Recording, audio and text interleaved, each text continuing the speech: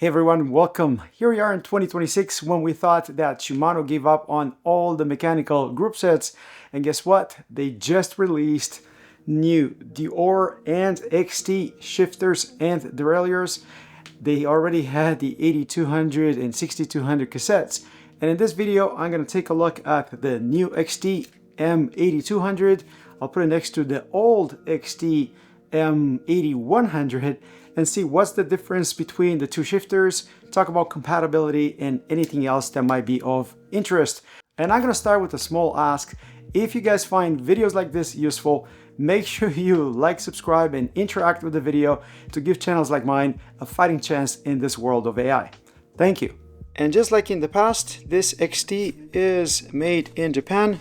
Same recycled paper box. You see the part number here, and that is to be found here where you see all the models available in this generation. We're talking about 3 models for the bar clamp, same 3 models here for the I-SPEC EV interface. First one is the 12 speed, second one is 12 speed for e-bikes, only shifts 1 gear at a time. And the third one down here, this is 11 speed link glide. This one can shift 2 gears at a time, but interesting to see it listed here on the same box. OPTISLICK is the inner cable, and then they're talking about two-way release. We'll talk about that. And SP41 in the box, everything is wrapped in paper. Here's that OPTISLICK cable. They provide that SP41 housing for your shifter. So once you purchase one of these, you have everything you need to get it installed. Everything you need also includes the little bracket for the I-SPEC EV and cable ends. They still have a paper leaflet, but the important part here is that you can scan that barcode and get to their website for more info. Looking at it from the top, you can see how different the 8200 is from the old 8100. You don't have that bolt right here at the top. You have the same barrel adjuster right here up front, and the graphics are slightly different. The bottom of the shifters is almost identical between the two. If you're wondering between the length of your paddle, shift paddle, it's pretty much the same. And right down here, you're going to be able to see that this is an M8200 shifter from Shimano. If you're wondering what is this little, look at this window, that allows you to replace the cable fairly easily. That is something new. In the past, you had to remove that tiny little rubber plug. And one other slight change that they implemented here is, take a look at the angle of the cable coming out of the shifter.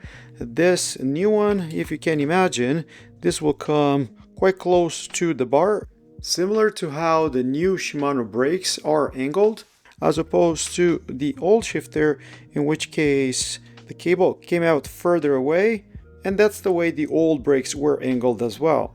If we take a closer look at the paddle shape, you can see the new paddle is maybe slightly bigger, and the grooves here are more pronounced.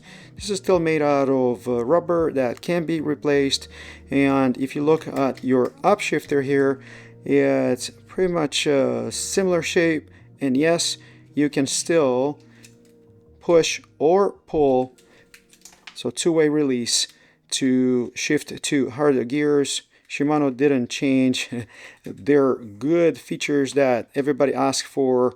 As many of you folks know, this doesn't exist with the Di2, so the electronic shifters for 12 speed.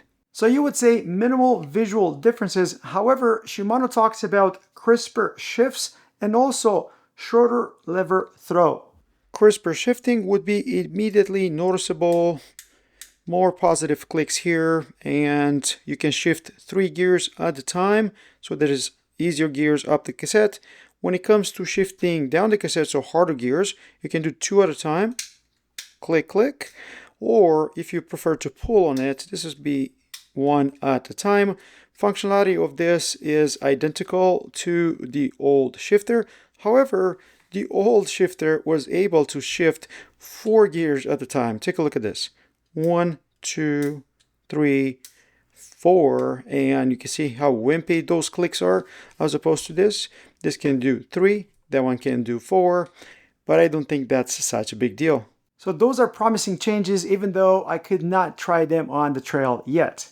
And for those of you folks wondering about the weight of the new shifter, you can see the old one with the cable at 132 grams, and you save about 7 grams with the new M8200, 125 grams with the OPTISLICK inner cable. And I know you're gonna ask me about M6200, the other shifter in the new crop of 12-speed from Shimano. There's only slight differences between the Deore and XT. There's no more SLX mechanical. There's no more XTR mechanical. And I'm gonna point you folks to an older video that I did on the 12-speed shifters from Shimano. It's gonna be right here in the corner or in the description. Take a look at that and see if the Deore features and capabilities would be what you're looking for. If I was to look for easier shifter feel, if you have issues with your thumb, I would go for the Deore. Otherwise, I don't see any reason why you would avoid the XT.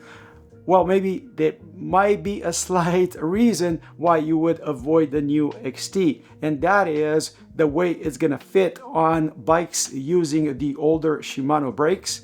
So if you were to install the new shifter with the old brakes, it would definitely be parallel to the bar as opposed to being in line with your brakes. Otherwise, the pull ratio of the old versus the new is exactly the same. So hopefully they improved on the issues that they had in the past. By the way, this XT, it's a broken one. So you can cleanly replace an old 12-speed shifter from Shimano with the new 8200 or 6200 and not be afraid of compatibility.